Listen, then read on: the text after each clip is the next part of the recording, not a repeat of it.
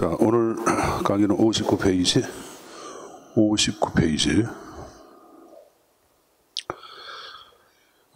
지난주 행정 이념을 합법성부터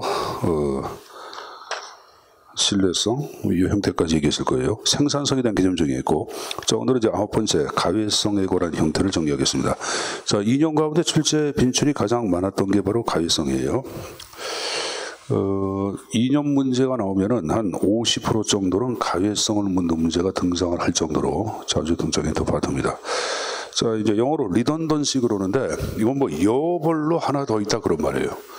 여벌로 하나 더 있다. 그 여벌성이라고도 얘기하고, 이름을 이제 초가분이라고도 표현하기도 합니다. 뭐 남는 것. 어떤 분들은 중복성이라고도 얘기하는데, 거기 이제 세 번째 줄 중간에 보시면은 여분의 것이란 말 나왔죠. 그 옆에 중복성, 초가분, 중첩성, 여벌성 이렇게 얘기하고, 동등 잠재력, 동일한 잠재력을 지니고 있는 다른 하나 그런 표현이에요. 그 다음에 등전이 현상이란 말 나왔죠? 자, 그럼 제가 등전이 현상에 근거하여 가외성이 무엇인가 개념을 말씀드리겠는데, 자, 등전이를 얘기할 때는 쉽게 얘기하면은 보조 전동 장치를 얘기합니다. 모든 병원마다 위급한 상황에 대비할 목적으로 별도로 지금 얘기한 식으로 보조 전동 장치를 설치해 놓고 있습니다. 자, 여기가 인천 길병원이라고 가정해보자. 새벽 2시에 위급한 환자가 응급실에 실려왔다. 환자를 진찰해 보니까 환자의 생명을 살리기 위해서는 빨리 수술을 해야 합니다. 그래서 어떡하냐? 수술실을 옮기고 불을 켜고 수술을 집도해 나갑니다. 배도 가르고 복강도 하고. 근데 갑자기 전기가 확 나갔다고 가정해보자. 만약에 전기가 재발진되지 않을 경우에는 환자의 생명을 살리기 위해 노력한 병원의 행위는 환자의 생명을 앗아가는 돌발적 행위로 바뀌죠. 그럼 우리가 병원을 신뢰할 수가 있어 없어? 신뢰를 못합니다. 그래서 모든 병원마다 이렇게 예측하지 못한 돌발적 상황에 대비할 목적으로 등전이라고 하는 보조 장동 장치를 설치해두고 있다. 이걸 보통 우리는 가외성이라고 얘기하는 거예요. 아까 제가 병원을 신뢰할 수 없다 그랬죠. 현대의 상황은 굉장히 불확실하죠. 불확실한 상황에 여러분들 돌발적 상황에 대처함으로써 정부도 마찬가지로 신뢰성을 확보할 필요가 있죠. 그래서 신뢰성 확보를 위해서 필요한 것 가외성이라고 언급을 합니다. 자, 여러분 여기 보자. 여러분들 시간이 남았어. 그럼 남은 시간 갖고 뭐 할까 하고 생각을 해야 하네. 하죠. 여러분들 내년도에 공무원 시험 있다. 그럼 여러분들 5월달, 6월달, 7월달 국가직, 지방직, 그리고 여러분들 군무원 이렇게 시험이 있습니다. 그러면 시험에서 합격을 했어요.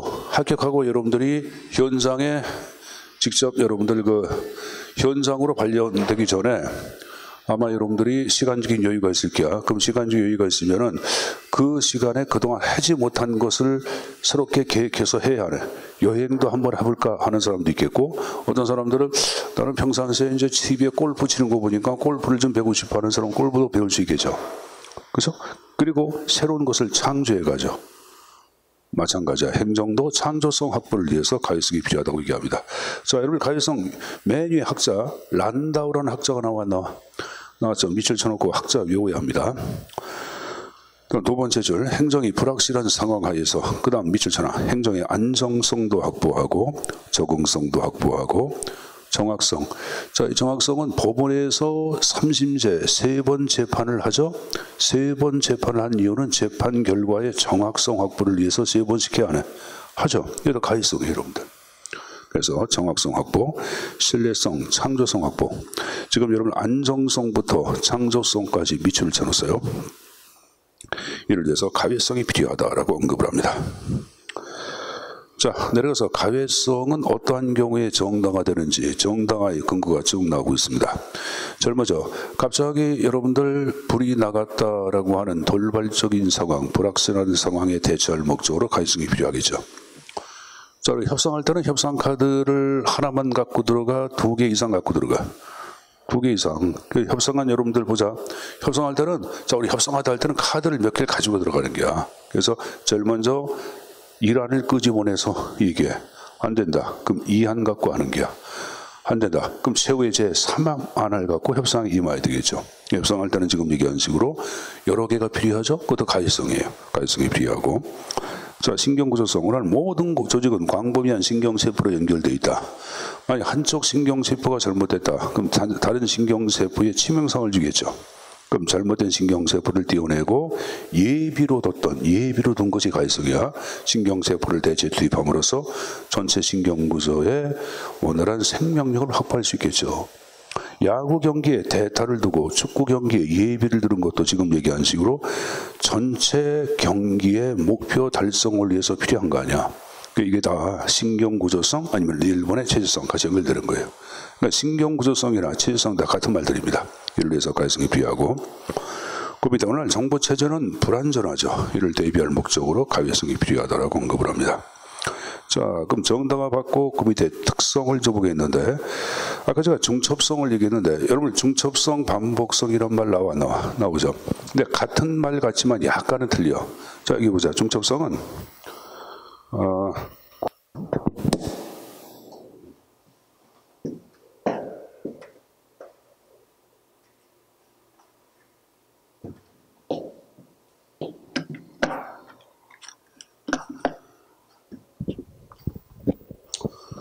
자, 이게 일정 부분 이렇게 중첩이 돼서 여기서 협력적 관계를 형성하는 게 중첩성이야. 이게. 자, 여러분들 소방청하고 경찰청 자체가 아니면 기상청이 일정 부분에 여러분들 협력적 관계를 형성함으로써 재난 대비에 대비하기도 해야 해. 하죠? 이런 것도 지금 얘기한 중첩성이에요. 중첩은 지금 얘기한 식으로 일련의 인터젝션, 특정 부분에 중복이 돼서 서로 협력적 관계를 형성하는 게 중첩이야. 자, 우리가 대형 학원 같은 경우에, 노량진 같은 경우에도 이제 학원에 가면은 우리는 뭐 영어 선생님 같은 경우에 우리는 원장님이 한 분이 강의하시지만은 큰 학원 같은 경우에 원생이 한 10명까지도 있어. 그럼 어떤 경우가 있냐면은 A부는 어휘를 담당하고 B부분은 독해를 담당하고 C부분은 여러분들 문법을 담당해서 일정 부분의 중첩을 형성을 해야 하네. 하죠. 이렇게 협력적 관계를 형성한다. 이게 바로 지금 중첩성이야. 근데 그 밑에 반복성, 듀플리케이션은 완전히 틀려. 이건 여러분들 동일한 기능 자체를 각자 기관에서 독립적으로 수행하는 걸 얘기합니다. 예를 들어서 사이버 수사 업무를 경찰청이 담당하기도 하고 검찰청의 수사기관이 담당하기도 해야 하네. 하죠, 여러분들. 자, 여기 보자. 여기 보세요. 자, 영어 선생님이 세 분이 계셔. 이분도 독해, 이분도 독해, 이분도 독해. 각자 독해를 담당하는 게야. 이게 지금 얘기한 중복성이라 반복성이야. 그럼 중복성이나 반복성 자체를 얘기할 때는 동일한 기능을 함께 수행하다 보니까 갈등을 야기할 수가 있다 없다. 있겠죠. 그래서 여러분들 특히 일하는 뭐 학원과 고시학원이나 입시학원 같은 경우에는 동일 과목 선생님들끼리 보이지 않는 경쟁이 굉장히 치밀하게 등장할 수 있다 없다? 있죠. 너무 치밀한 경쟁은 우리 과도한 갈등을 야기할 위험성이 있어. 있죠. 그래서 여기 반복성 자체를 얘기할 때는 화살표 놓고 갈등 야기라고 써거나 갈등 야기. 예, 그러니까 반복성이라는 단어는 사실 뭐 긍정적인 의미보다는 부정적 의미가 강하다고 볼 수 있습니다.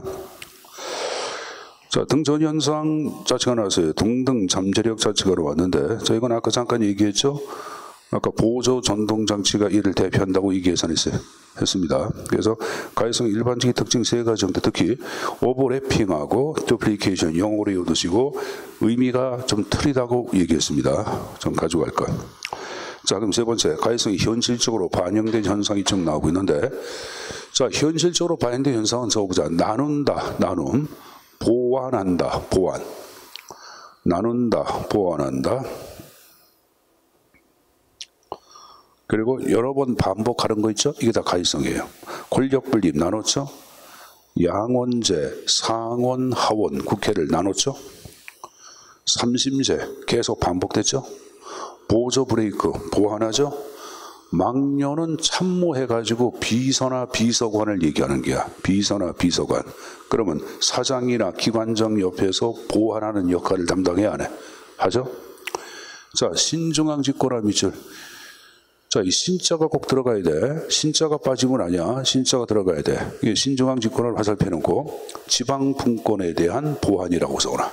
지방 분권에 대한 보완. 지방 분권 자체, 지방이 모든 걸 할 수 없잖아. 그럼 이를 보완하기 위하여 지금 얘기한 식으로 새로운 형태의 집권이 등장하는데 이름을 신중앙 집권화. 우리 지난번에 현대 행정의 특징에서 한번 얘기했을 거예요. 지방 분권에 대한 보완이야. 그러니까 신중앙 집권화는 지방 분권을 부정하는 것이 아니야.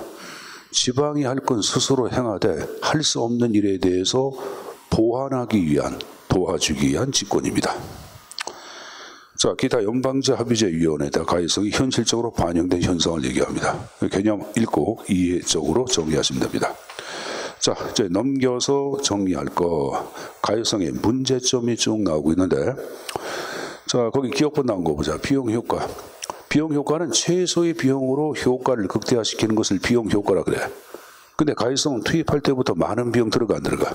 들어가죠. 그래서 비용 효과와 충돌 관계가 있다고 표현이고, 아까 기능 중복이라고 하는 문제점을 야기해서 했어요. 야기했죠, 여러분들. 그다음에 디귿번에 감축 관리. 감축은 없애고 줄이는 거 아니야. 가해성은 여유분이 있어야 돼, 없어야 돼? 있어야 되겠죠. 그래서 갈등 관계에 있다고 표현이에요. 자, 이번에 가해성과 능률성과의 관계가 나왔는데, 자, 환경이 안정될 경우에는 최소의 투입, 능률만 강조하겠지만 환경이 극도로 불확실할 경우에는 여유분이 있어야 돼, 없어야 돼? 이들은 가해성을 강조하겠죠. 그래서 가해성과 능률성은 대립 관계가 있습니다. 그중 이때 대립은 절대적 대립이 아니라 조직의 궁극 목표 달성을 위해서는 상호 보완 관계로 활용할 수가 있다 없다? 있다고 보고 있죠, 여러분들. 그래서 그 형태까지 가져가시고, 자, 제2년과의 관계에서 요새 논점이 없습니다. 볼 필요가 없습니다, 여러분들. 보지 마시고 대신 오른쪽에 61페이지 4번에 이념의 변천이란 말이 나왔는데 거기 미국의 이념의 변천사 정도는 가져가야 돼. 알았습니까? 그리고 그 박스 바로 밑에 한편 한국에서 바람직한 행정의미 순서가 나왔는데 이건 사실 1990년대까지 나오다가 2000년대 이후에는 문제로 반영이 안 되고 있어요. 그러니까 굳이 볼 필요 없는 것 같아. 그러니까 이건 보지 마시고 대신 그 밑에 행정 이념이 나오는데 이념은 크게 목적 가치하고 수단 가치로 나눠서 언급하기도 합니다. 목적 가치와 수단 가치. 그 목적 가치를 대표하는 것들 민주성, 형평성, 평등, 정의, 공익이 좀 나서. 제가 형평성을 평등이라고도 해야 하네.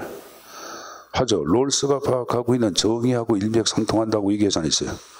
그렇죠. 이걸 다 포괄하는 게 공익이야. 그래서 공익은 무조건 목적 가치야. 근데 수단적 가치는 기타 합법성, 능률성, 효과성, 가해성 쪽 이게 이제 수단적 가치라고 얘기하고. 근데 이제 학자에 따라서 한성대학교의 이종수 교수 같은 경우에는 행정의 가치를 본질적 가치하고 또 하나 수단적 가치 형태로 나눠서 제시해놓고 있어요. 그래서 여기 앉지 말고 명계 그쪽에 앉자.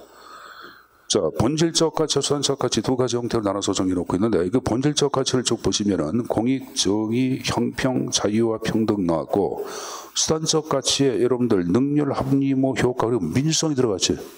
이상하죠. 목적 가치하고 수단적 가치로 파악할 때 민주를 목적 가치로 뺐고 본질하고 수단에서는 수단적 가치 형태로 또 뺐잖아. 좀 이상하잖아요, 여러분들. 이거는 학자들에 따라 견해가 틀려. 그래서 이게 어느 게 맞습니다. 둘 다 맞아요. 둘 다 시험 문제 나왔어. 그러니까 한 번 과거에는 이제 목적 가치, 수단적 가치 해가지고 민주를 목적 가치를 문제가 나왔고 한 4년 전인가 7분 문제 나왔던 건데 민주성을 수단적 가치 형태로 뺐어요. 근데 이제 여기 보자.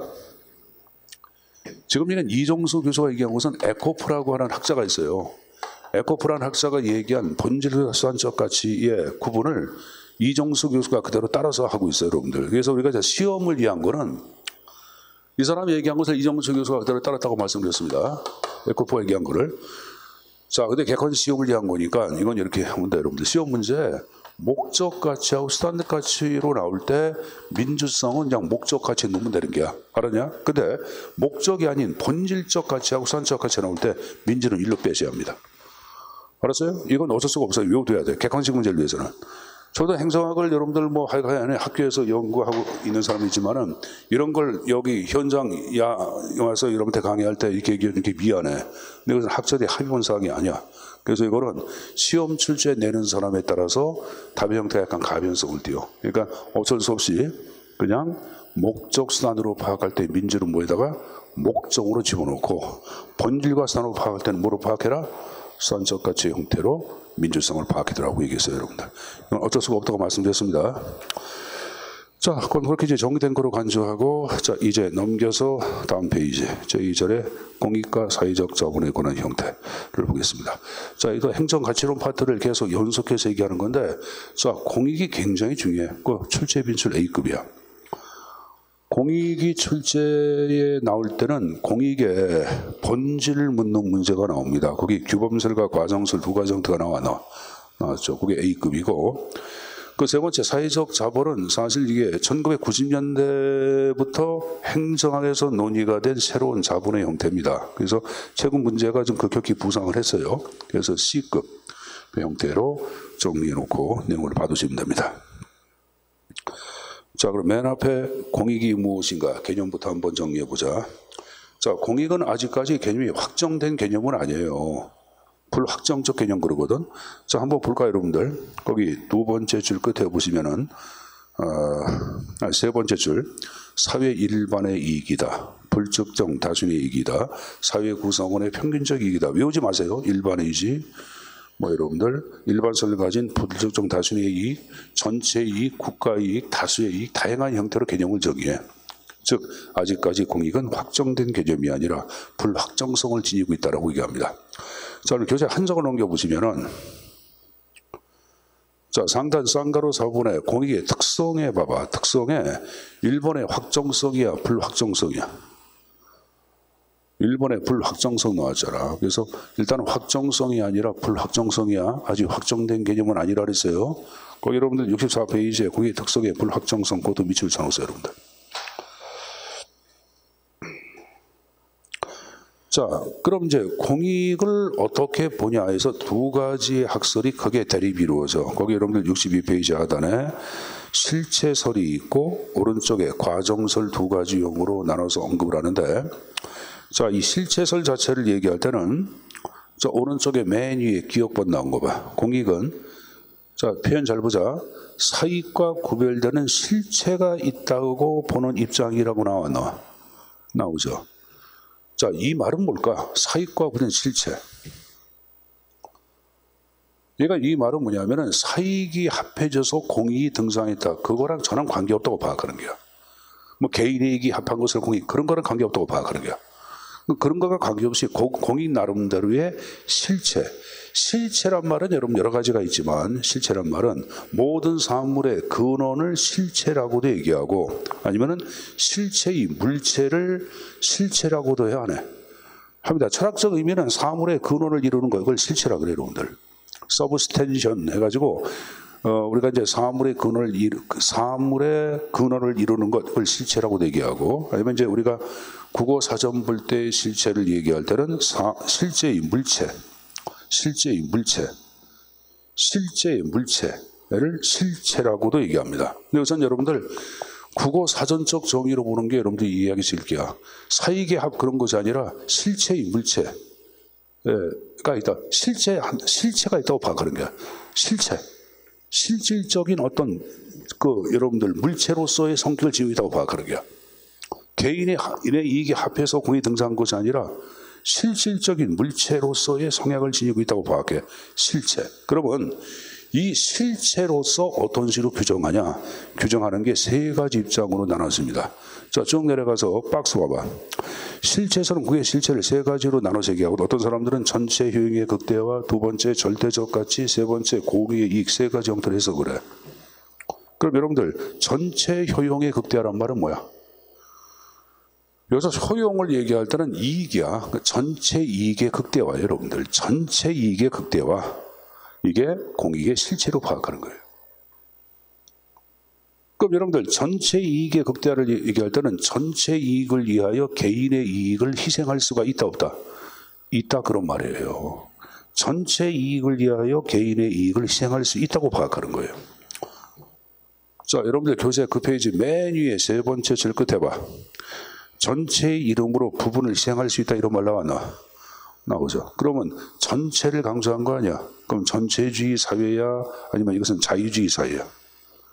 그렇죠. 전체주의 국가에서 파악하고 있는 공익에 대한 속성이나 학설을 얘기하는 거예요. 됐습니까? 내려가세요, 여러분들. 다시 두 번째. 절대적 가치란 말이 나왔나? 나오죠. 거기 들어보자. 한 사회가 지향하는 궁극적 절대적 가치라고 파악하는 거. 여기 보세요. 국가라고 하는 사회, 아니면 시민사회, 모든 사회가 존재하는 궁극적인 이유는 공익을 구현하기 위함이라고 파악하는 거예요. 한 사회가 지향하는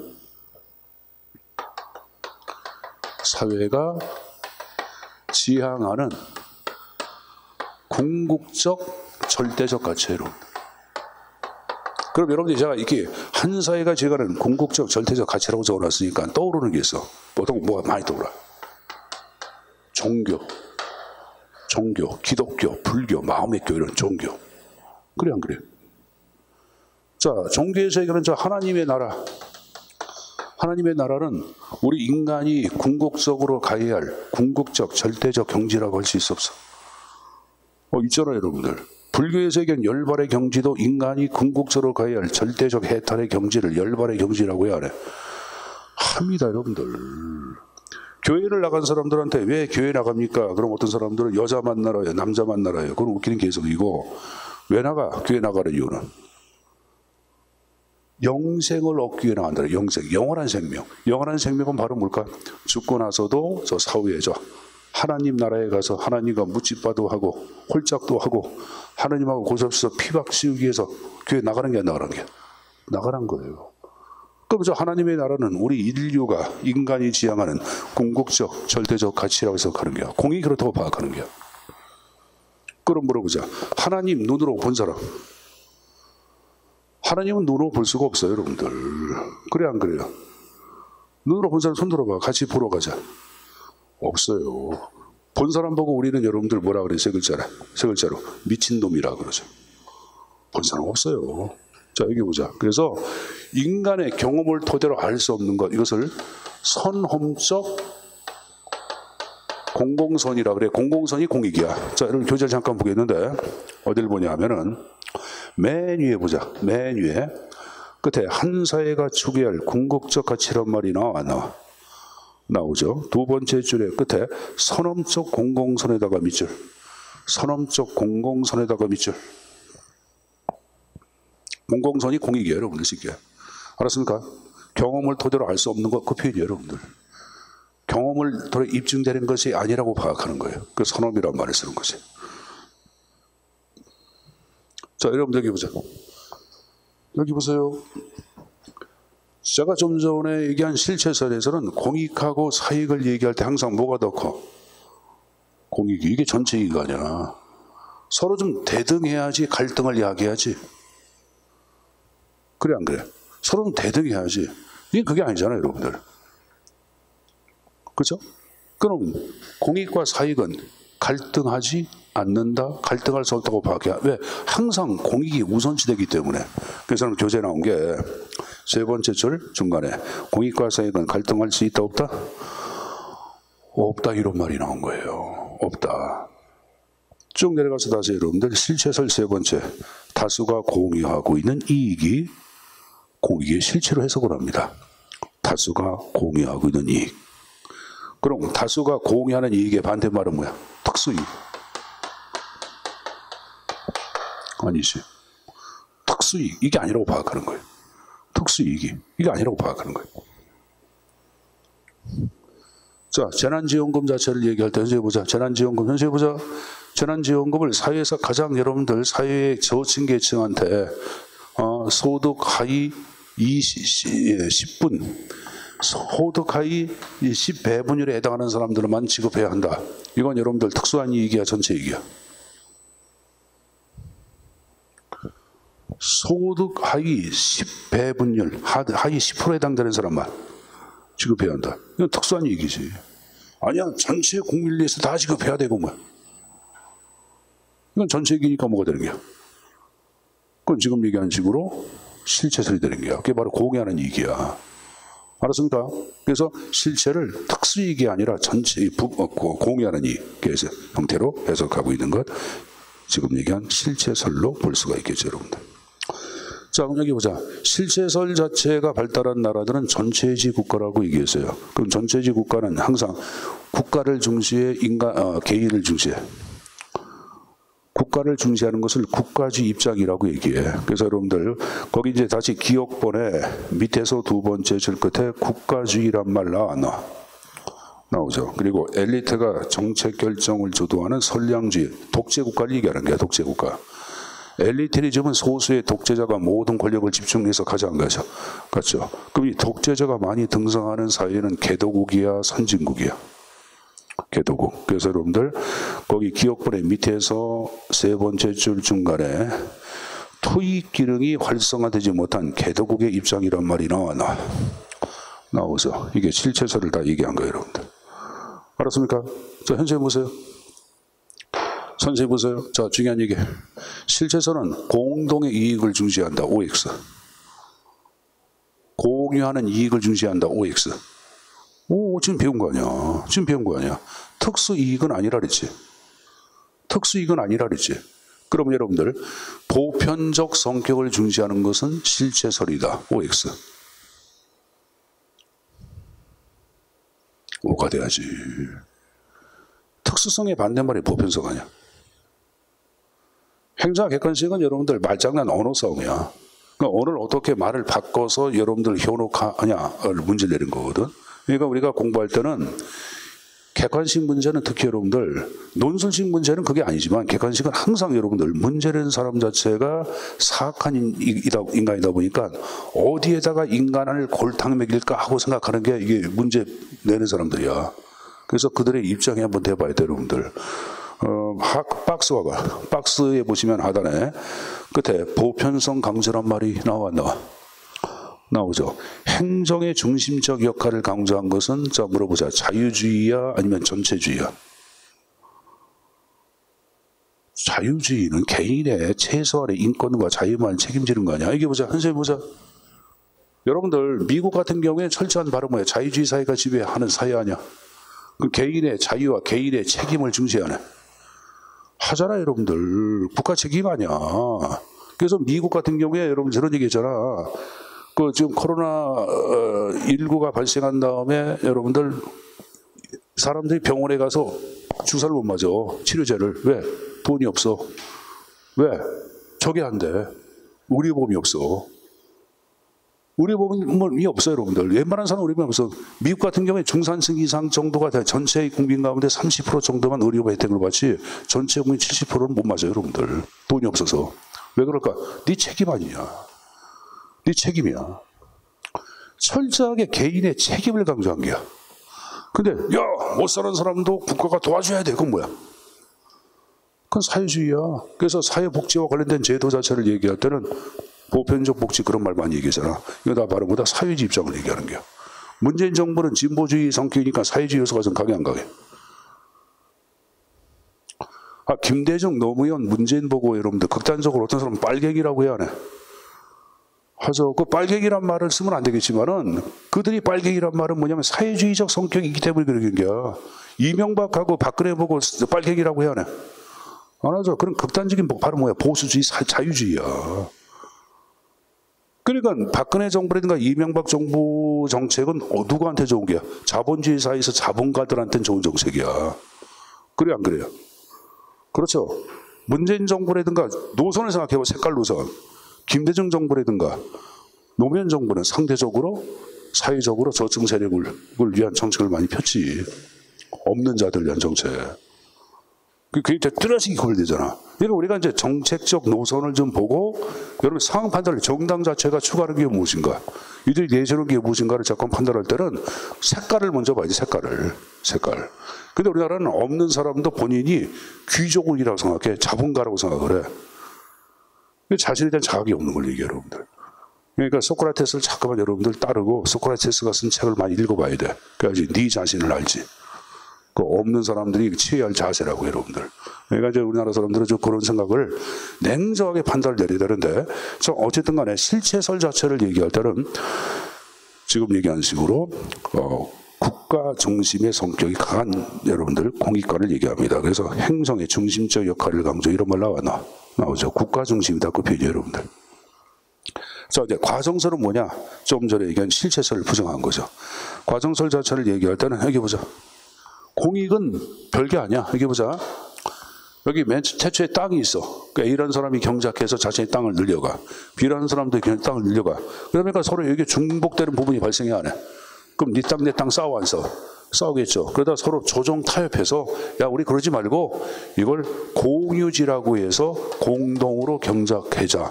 이게 바로 공익이에요 여러분들. 사익과 사익 간의 조정 타협의 과정을 거쳐서 등장한 산물이야. 그래서 과정설이야. 타협설이라고도 얘기하죠 여러분들. 공익 별게 아니야. 개인의 이익을 위해서 공익이 탄생하는 거예요. 그래 안 그래요? 이 사람의 이익과 이 사람의 이익 자체가 서로 이익을 보존하기 위해서 공익을 만들어낸 거 아니야. 그래서 개인주의설. 그럼 개인의 이익을 위하여 공익이 탄생했으니까 공익을 적극적으로 개념 정의한 게 소극적으로 개념 정의한 게 소극적으로 개념 정의한 거죠. 그래서 소극설이라고 얘기합니다. 거기 타협설, 소극설, 개인주의설이란 말이 나왔고 자 기억번 나온 거 보자. 선생님 보자. 서로 만나서 조정 멱살 잡고 싸움질하다가 조정 타협하는 것을 뭐 한다 그랬어요 선생님이? 첫째 시간 때 얘기했죠. 자 여의도 가면 뭐가 떠올라? 대한민국 여의도 그러면 딱 떠오르는 게 국회의사당. 자 국회에 있는 국회의원들은 뭐래? 멱살 잡고 싸움질해야 하네. 봐봐 매일 싸우잖아요 여러분들. 그러다가 좋다고 서로 웃는 나서는 만나서 악수도 해야 하네. 하잖아. 멱살 잡고 싸움질하고 그 다음에 만나서 조정 타협하는 거. 그걸 뭐 한다 그래? 정치한다고 얘기하는 거예요. 그래서 공익은 정치와 과정의 산물이라고 얘기합니다. 거기 보세요 여러분들. 서론적인 것이 아니라 정치와 과정의 결과적 산출이란 말이 나오죠. 거기 들어보자. 그럼 서로 조정 타협해서 공익이 탄생했어. 그럼 경험 한 개 안 한 개? 서로 만나서 타협하고 조정해서 그럼 경험을 한 개 안 한 게? 경험을 토대로 공익이 탄생하는 게야. 그래서 여러분들 거기 두 번째 줄 끝에 경험적 공익관이란 말이 나왔고 옆에 사기과 본질적으로 구분되는 사회 전체 이익은 존재할 수가 없다고 파악하는 거 과정설을 얘기합니다. 그래서 네 번째 줄 끝에 보시면 다원화된 선진사회의 밑줄. 선진사회에서 보여주고 있는 공익관 과정설을 얘기하는 거예요. 그래서 박스에 보시면 과정설, 다수 이익들 간에, 이때 다수 이익은 사익들 간에 그런 말이에요. 사익들 간에 조정 타협의 산물이라고 해석하는 거예요. 근데 과정설의 또 다른 입장은 이렇게 얘기합니다. 야, 공익은 법적인 절차를 준수하는 것도 바로 공익이다. 이렇게 얘기하는 사람들도 지금 얘기하는 과정설이야. 그래서 적법 절차의 준수 이렇게 나와서 안 나왔어요.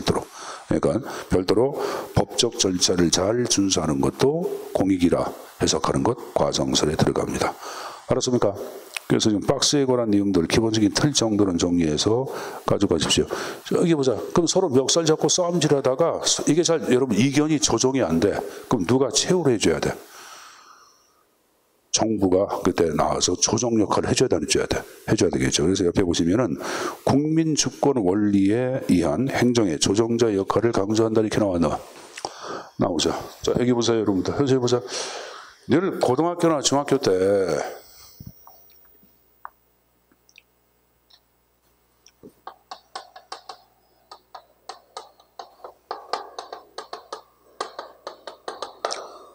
요 반대말은 뭐야? 사회주의 반대말이 자유주의죠. 그리고 그 유사한 것 가운데 다원주의가 있어요. 자, 전체주의 반대말은 뭐야? 개인주의예요, 여러분들. 개인의 이익과 안전을 최대의 가치로 취급하는 게야. 자유주의도 개인의 이익과 안전을 최대의 가치로 파악을 하죠. 그래서 자유주의하고 개인주의는 똑같이 상통하는 게야. 알았습니까? 북한을 뭐라 그래? 조선 인민민주주의 공화국이라는 말을 써 안 써? 그렇지? 걔네도 민주주의란 말을 써 안 써? 쓰잖아요 여러분들. 그래서 민주주의란 말을 얘기할 때는 여기다가 붙여도 민주주의가 되는 게야. 민주사회주의 이런 식으로. 그러니까 여러분들 이름과 이름이 서로 상반된 개념이야. 근데 우리는 그동안 반공이랑 국시 이념을 갖고 살아왔어도 여러분들 개념 정의를 제대로 해오지 못했어요. 내가 깜짝 놀란 게 학교에서도 학교 선생님이 대학에서 애들을 대상으로 여러분들 그 자유주의하고 상대되는 것은 무엇인지 그리고 그 개념을 한번 적어보라니까 제대로 적는 애들이 여러분들 한 20%밖에 안 돼. 10명 가운데 2명, 8명은 몰라. 이게 문제지. 요거랑 상반되는 게야. 그럼 요거하고 요거의 차이점이 있어. 같은 게 아니야. 그럼 이거 바로 뭐냐? 사회 구성의 기본 단위가 개인이야. 이건 뭐야? 사회 집단. 사회 집단이 바로 이익 집단이야. 이익 집단. 사회가 다원화되어 있다는 수많은 이익 집단들로 구성되어 있다고 보는 거예요, 여러분들. 요거의 차이점이야. 근데 둘 다 추구하는 것은 개인의 안전과 이익을 추구해요, 여러분. 알았습니까? 그러면 여기서 방학한 국가는 뭐냐? 큰 정부 필요 없어. 이게 큰 정부가 되기 때문에. 이건 큰 정부야. 그럼 이건 뭘까요, 여러분들? 작은 정부야. 국가야, 너는 작아져라, 작아져야. 작을수록 아름답다고 파악하는 거야. 이게 이거거든? 작은 정부. 그 작은 정부를 얘기할 때는 국가가 개인의 생활에 개입하는 것을 좋아해 반대. 작은 정부는 개인의 사생활에 개입하는 것을 반대하지. 당연한 겁니다. 야, 우리끼리 알아서 할 수 있어. 이렇게 얘기하면. 그러니까 개인들끼리 만나서 여러분 타협해서 결과를 만들어내는 거예요. 근데 개인들끼리 만나서 여러분들 하려는데 안 돼. 안 되면 어떡하냐. 이때 개인이 국가한테 국가를 불러. 국가 인마 일로 와서 네가 한번 중재자 역할 한번 해봐. 그럼 국가 예 알았습니다 하고 중재하고 조정하는 것이 국가의 역할이에요, 여러분들. 여기서 조정자로서의 역할을 얘기할 때는 능동적인 조정자가 아니야. 수동적 조정자가 되는 거예요, 여러분들. 알았습니까? 다원주의나 개인주의는 국가가 국민들 자체가 부르기 전에 와서 지가 막 그런 게 아니라 국민들이 불렀을 때 와서 하는 거예요. 자, 여러분 청와대에다가 우리 청와대 청원해 안 해? 하죠. 그럼 누가 국가를 부르는 게야? 국민이 국가를 불리는 거야. 국민이 국가를 부르는 거야. 그게 지금 얘기한 바로 거야. 그럼 국가가 그거 보고 난 다음에 이게 안 해. 하죠. 이게 다원주의야. 다원주의는 국가의 능동성을 강조한 게 아니에요. 국가의 수동적인 역할을 강조한 거예요. 그래서 여기 조정자를 얘기할 때도 능동적 조정자가 아니라 수동적 조정자를 얘기하죠. 내가 실제위원이면 난 능동적 조정자 짝 집어넣으면 10명 가운데 9명이 틀려. 능동이 아니라 수동적 조정자가 돼야 되겠지. 말 바꾸는 문제 한 문제. 어쨌든 간에 과정설과 실체설 굉장히 중요하다고 얘기했어요. 그 내용 정리해서 가져가시고. 자, 그럼 이제 본거로 간주하고 내려가서 절충설 자체는 논점이 없습니다. 여러분 지금 63페이지에 날개 보자. 사회 전체 후생의 극대화로 보는 입장은 과정설. 여러분 후생은 뭐야? 후생. 후생이란 말은 뭐야?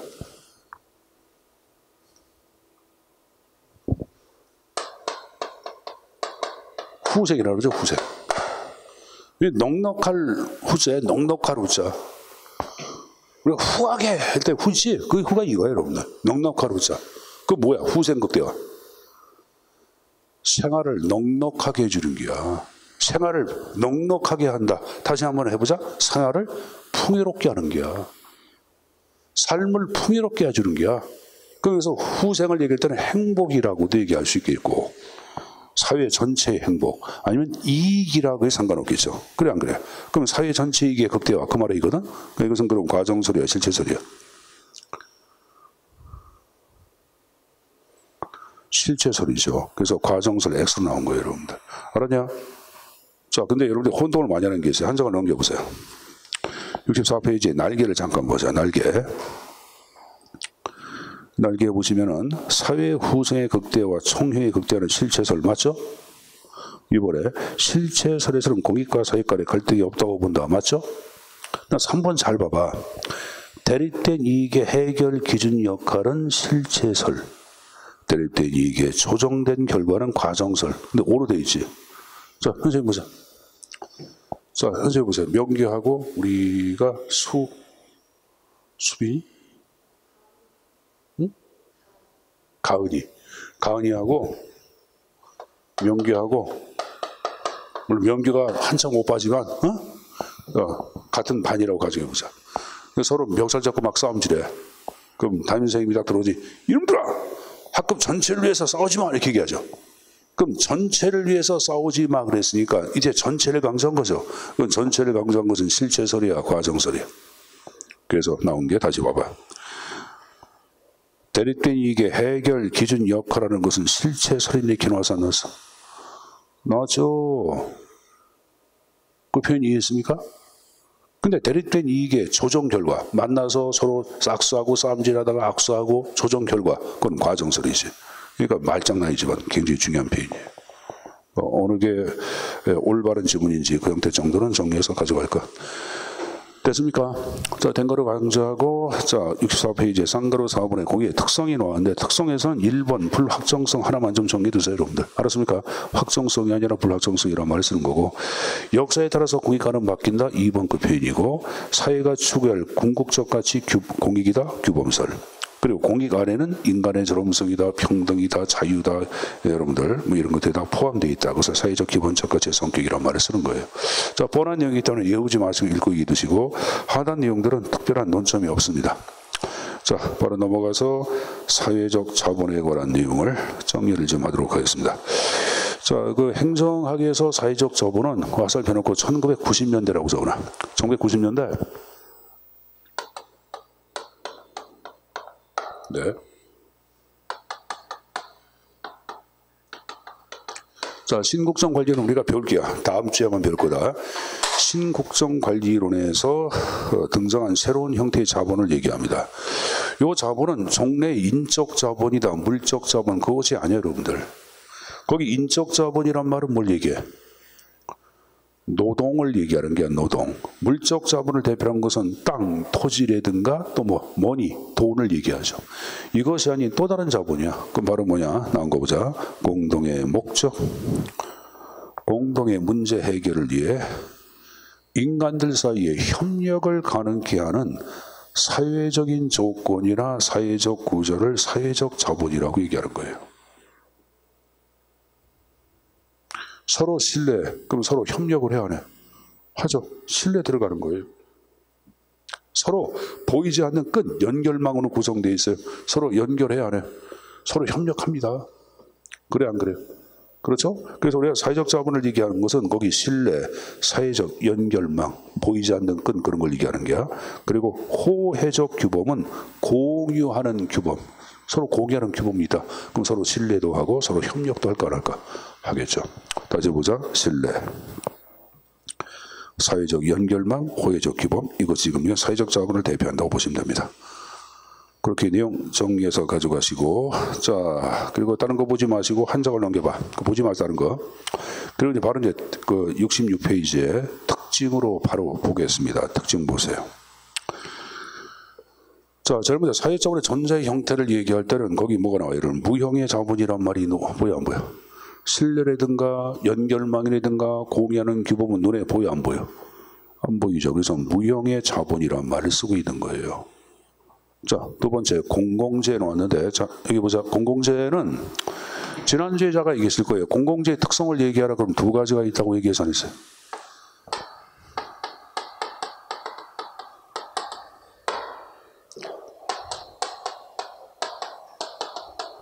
비배제를 제가 다른 말로 프리라이더, 무임승차권이라고 얘기해서 안 했어요. 무임승차권이라고 얘기했을 거예요. 제가 무임승차권이라고 표현했을 거예요, 여러분들. 기억납니까? 자, 그럼 여러분들 내가 신뢰하는데 돈 들어가 안 들어가? 돈 안 들어가죠. 무임승차 비배제야. 알았습니까? 내가 여러분들을 신뢰한다고 하여 뭐 국어 선생님이 아니면 여러분들 뭐 국사 선생님이 여러분을 신뢰를 해 못해? 내가 여러분을 신뢰한다고 해 다른 사람 신뢰 못하는 건 아니잖아. 경합이 된 게 안 된 게야? 안 된 거지. 다시 보자. 내가 여러분을 신뢰한다고 하여 다른 선생님들이 여러분을 신뢰 못하는 건 아니잖아.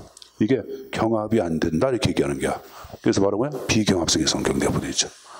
요 성격이 내포된 것을 공공재라고 얘기하는 게요. 처음 나온 사람 따라 얘기하는데 이게 공공재 성격이라래.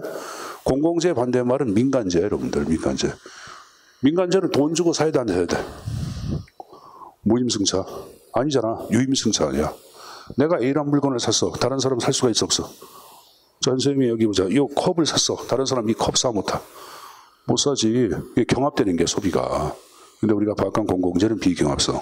근데 우리가 파악한 사회적 자본, 공공재의 속성 내포되어 있다. 그런 말을 쓰는 거예요. 그럼 세 번째 나온 게 도덕적 순환은 서로 누적 강화시킨다고 보는 거예요. 연결망이 끈이 단단하면 단순할수록 신뢰성도 커지고 공유하는 규범도 커져 안 커져? 커지겠죠. 그다음에 소유 주체의 지속적인 노력이 있어야지 자본은 더욱더 강화되고 형성되겠죠. 그 다음에 포지티브 썸을 얘기할 때는 포지티브의 반대말은 네거티브 그러죠, 여러분들. 이건 이제 적극적 썸이라 그러는데 1 더하기 1은 2다. 이걸 우리는 뭐라 그래? 네거티브, 소극적 썸이라고 얘기해. 1 더하기 1은 2. 근데 포지티브는 1 더하기 1은 2 플러스 알파야. 2 이상의 효과를 가져온다고 보는 거야. 그 이상의 시너지를 가져온다고 보는 거예요. 알았습니까? 그 이상의 시너지를 가져온다고 보는 것. 이게 포지티브 썸의 성격이란 말을 쓰죠, 여러분들. 자, 순기능, 역기능, 순기능. 자, 현재 보자. 여러분, 스터디를 만다. 이것도 여러분 연결망이야. 이게 사육자분이야. 그럼 만들면은 각자 여러분들 공부를 해야 안 해. 해서 이를 토대로 해서 여러분들 다른 사람이 갖고 있는 정보를 내가 얻기도 하고, 내가 갖고 있는 정보를 타인한테 주기도 해야 안 해. 하죠. 이 말을 얘기할 때는 스스로 혼자 정보를 얻기 위해서 많은 시간을 투입할 필요는 없겠죠? 그래서 나온 게 정보 획득 비용의 감소란 말이 나온 거예요. 자, 두 번째, 신뢰를 통한 효과적인 제재와 통제를 가능케 하고 공동체에 대한 결속감 강화시킵니다. 시민 참여의 네트워크를 통한 밑줄, 지역사회 발전에 공헌해서 다양한 연결망을 만들어서 여러분들 시민을 참여시키는 거예요. 요새 시민 배심원제를 만들어서 재판에도 시민들 참여시켜 안 시켜? 참여 예산제를 만들어서 주민들이 예산 편성 과정에 주민들이 참여할 수 있어요, 여러분들. 이를 토대로 지역사회 발전에 공헌한다, 그런 말을 쓰는 거예요. 자, 그 다음에 이제 5번에 집단 행동의 딜레마는 화살표를 적어보자. 집단 속에서 발생하는 무임승차성을 얘기하는 거야. 집단 속에서 발생하는 무임승차성. 나 하나쯤에 어때 하는 의식이 있었어. 그렇죠. 나 하나쯤이야 쓰레기 버리면 어때? 이런 말이잖아요, 여러분들. 나 하나쯤에 약간 늦으면 어때? 이게 집단 행동의 딜레마예요. 그러면 나 하나쯤이야 쓰레기 버리면 어때? 이런 사람들은 고귀하는 규범이 있는 게 없는 게 없는 거죠, 여러분들. 그럼 우리가 파악한 사회적 자본 자체를 강화시킴으로써 이러한 집단 속에서 발생하는 무임승차성을 극복할 수가 있다 없다? 있다, 그런 말을 쓰는 거죠, 여러분들. 자, 역기능은 공동체 간의 대립은 호남 향후에 영남 향후에 하여간 이것도 연결망 아니야. 서로 갈등과 대립을 야기하기도 해야 하네. 하죠, 여러분들. 또 너무 집단의 결속말을 강조하다 보니까 개인의 표현의 자유라든가 인권을 침해할 위험성도 있다 없다? 있다고 비판을 받는 것, 사회적 자본이라고 할 수가 있습니다. 그 순기능, 역기능 다 가져가야 돼. 얼마나 문제 내기가 쉬워. 그래서 여러분들 역기능을 순기능으로, 순기능을 역기능으로 바꿔놓고 고르는 문제. 그걸 이제 엇바꾸기식 문제라 그래. 그런 문제 형태가 등장할 수가 있습니다. 자, 그래서 여러분들 사회적 자본까지 해서 내용을 다 끝났는데 잠깐 변고 정리하고 쉬었다 하겠습니다. 59페이지. 59페이지. 자, 맨 위에 가외성 제시한 학자 다시 보자. 랜다우야. 누구다? 랜다우 10번 정도 계속 외치면은 머릿속에 기억이 될 거야. 랜다우. 자, 두 번째, 행정의 안정성, 적응성, 창조성, 정확성 확보지. 능률성 확보 그런 거 아닙니다. 경제성 확보 그런 거 아니지. 우리 능률과 경제는 최소의 투입인데 가외성은 투입할 때부터 남잖아요, 여러분들. 자, 정당화의 근거, 불확실성의 시대. 협상의 사회, 신경구조성, 전체성, 정보체제의 미비성 얘기했어요. 중첩과 반복은 구분해둬라. 서로 협력적 관계는 오버래핑, 중첩성이고 갈등 관계는 듀플리케이션, 반복성을 의미한다. 반연된 형상, 나눈다, 보완한다. 됐습니까? 그리고 반복된다. 가외성이라고 얘기했을 거예요. 자, 다음 페이지 보자. 페이지 61페이지. 하단에 행정가치, 목적가치하고 수단가치 나눌 때 민주는 뭐에 집어넣어라? 목적가치에 집어넣자. 근데 본질과 수단으로 파악할 때 민주는 수단적 가치에다 집어넣자. 자, 거기 들어보세요. 공익은 목적이야, 수단이야? 공익은 목적 가치야. 자, 물어보자. 형평성. 목적 가치야. 형평성을 이코티라 그러지. 이코티를 번역할 때 평등이라고도 번역한다고 우리 지난주에 배웠다. 그래서 평등성하고 공정성도 몽땅 다 목적 가치에 집어넣고 있는 거예요. 롤스가 바꾼 정의. 그럼 뭐와 평등이라 그래? 자유와 평등. 자유도 목적 가치, 본질적 가치에 들어갑니다. 거기 여러분들 그 목적 가치에 자유 안 들어갔지만 들어가야 합니다. 알았습니까? 거기 본질적 가치 내려가서 보시면 공익, 정의, 형평과 자유와 평등이라는 말 나와 있잖아요, 여러분들. 자, 넘어가서 공익을 학설을 보겠습니다. 아까 실체설과 과정설 나눠서 얘기했죠. 전체 효용의 극대화, 실체설, 절대적 가치, 실체설, 공유하는 규범, 실체설, 전체주의 국가, 실체설 얘기했죠. 공익과 사익은 갈등하지 않는다, 실체설 얘기했어요. 자, 여러분들 과정설 자체를 얘기할 때는 개인의 이익관의 조정 타협의 산물 공익, 다원주의 사회의 선진국가의 공익관 과정설. 아까 적법 절차의 준수도 과정설로 본다, 안 본다? 본다. 65페이지. 사회적 자본. 자, 유형 대표하는 거 세 가지. 사회적 연결망, 신뢰, 호혜적 규범 세 가지가 이를 대표한다고 얘기했어요. 했죠? 그 다음 페이지. 자, 특징을 얘기할 때 존재 형태, 무형의 자본이죠. 두 번째, 공공재 속성 얘기했죠. 도덕적 순환 얘기했고. 자, 순기능, 역기능. 자, 물어보자. 집단 행동의 딜레마를 이야기해 극복해줘. 집단 행동의 딜레마 극복이야. 거기 잘 봐봐. 지역사회 발전을 저해해, 지역사회 발전에 기여해. 거기 여러분들 4번 봐봐. 지역사회 발전에 기여한다 이렇게 나오지. 지역사회 발전을 저해한다. 틀려. 기출문제. 그리고 여러분들 역기능 나온 거 두 가지 나왔죠. 여러분 특히 두 번째 개인의 표현의 자유, 인권을 침해할 위험성이 있다까지 얘기했습니다. 자, 좀 쉬었다가 파트 4부터 또 수업 진행하겠습니다. 쉬었다 하겠습니다.